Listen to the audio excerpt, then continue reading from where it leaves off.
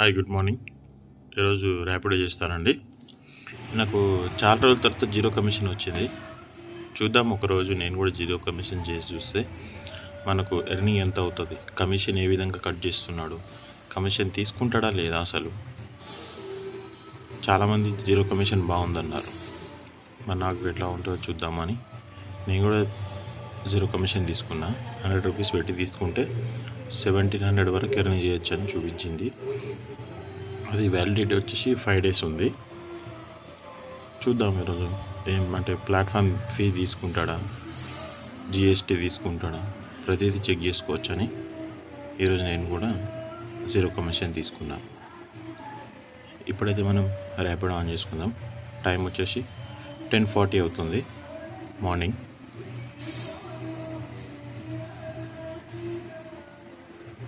ర్యాపిడో అయితే ఆన్ చేసుకున్నాము. చూద్దాం ఫస్ట్ ఏ విధంగా వస్తుందో. మొత్తం మార్నింగ్ నుంచి ఈవినింగ్ వరకు చేద్దాం, ఒక 5-6 అవర్స్. మార్నింగ్ నుంచి ఈవినింగ్ వరకు 779 అయింది. చూద్దాం ఒకసారి ఆర్డర్ వైజ్గా ఏ బుకింగ్స్ వచ్చాయి, ఏ విధంగా కట్ అయింది కమిషన్ చూద్దాము. దీంట్లో bike light, bike Boost, bike ఉంటాయి. మనం హిస్టరీ చెక్ చేసుకుందాం ఒకసారి. ఫస్ట్ బుకింగ్ వచ్చేసి బైక్ బూస్ట్ వచ్చేసింది. నేను 12 kilometers వెళ్ళాను ఆల్మోస్ట్. క్యాష్ కలెక్టెడ్ వచ్చేసి 124 వస్తే నాకు 94 వచ్చింది. అంటే 29 రూపీస్ డిడక్ట్ చేశాడు. మరి ప్లాన్ తీసుకొని ఏం లాభం ఉంది? వీడికి ఈ అడ్జస్ట్మెంట్ వ్యాలెట్ అని చదివితే మొత్తము కస్టమర్కి లెక్క తీసుకుంటే మేము తీసుకుంటామండి. మీకు వచ్చే బూస్ట్ వాల్యూకి 7-8 రూపీస్ పర్ కిలోమీటర్ వస్తుంది కాబట్టి అది మాత్రమే మీకు ఇస్తామని చెప్పిండాడు. ఇది వచ్చేసి 5 kilometers, అంటే ఇది బైక్ ఆర్డర్ వచ్చింది కాబట్టి పర్ కిలోమీటర్ 10 రూపీస్ వచ్చినట్టు. ఇది 4 రూపీస్ డిడక్ట్ చేశాడు దీంట్లో కూడా.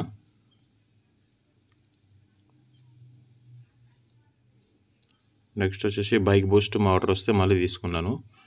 16 kilometers వెళ్ళాను. దీంట్లో 155 క్యాష్ కలెక్టెడ్. కస్టమర్కి వచ్చేస్తే మనకు 140, అంటే 2 kilometers బొక్క ఎక్కువ వెళ్ళాను.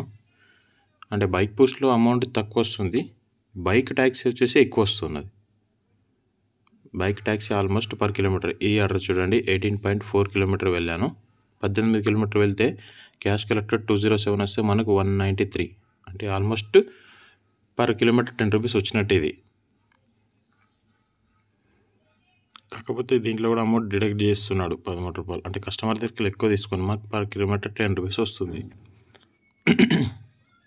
దీని తెలిసిన నీతి ఏంటంటే ర్యాపిడో జీరో కమిషన్ తీసుకున్నా ఒకటే, తీసుకోకున్నా ఒకటే. నాకు తెలిసిన మటుకైతే అదే. ఎందుకంటే పెద్ద డిఫరెన్స్ ఏం లేదు, ఓన్లీ ప్లాట్ఫామ్ ఫీజు మాత్రమే కట్ చేయట్లేదు. అంటే ఒక్కొక్కలా అనిపిస్తుంది లేండి. అంటే మార్నింగ్ నుంచి ఈవినింగ్ వరకు ఫుల్ డే చేస్తా, నేను ఒక 1500 వరకు ఎర్నింగ్ చేస్తా అంటే తీసుకోవచ్చు, పర్లేదు. ఒక 100-150 సేవ్ అవుతుంది అంతే. మరీ ఎక్కువ ఏం సేవ్ కాదు, ఒక 100 నుంచి 150 రూపాయల వరకు సేవ్ చేసుకోవచ్చు. లాస్ట్ ఒక 200 రూపీస్ పర్ డే సేవ్ అవుతుంది. అందులో ఉన్న 200 అంటే 100 రూపీస్ మనం దానికి సబ్స్క్రిప్షన్ తీసుకోవాల్సిందే. 100 రూపాయలు వాడికే పోతాయి. అంటే ఇట్లా తిప్పికొట్టినా అట్లా తిప్పికొట్టినా వాడికే లాభం. మరి దీంట్లో ఏంటంటే ఇన్సెంటివ్ కూడా ఇవ్వలేదు, ఇన్సెంటివ్ కూడా రాదు. అంటే చూడండి, నేను 760 ఎర్నింగ్ చేసా, 779 ఎర్నింగ్ చేశాను 1700లో. దాంట్లో ఈరోజు మరి నెక్స్ట్ డే వచ్చేసి మరి ఒక హాఫ్ మిగిలింది కాబట్టి ఆ హాఫ్ తీసుకోగానే మళ్ళీ 100 రూపీస్ నేను పే చేసేయాలి.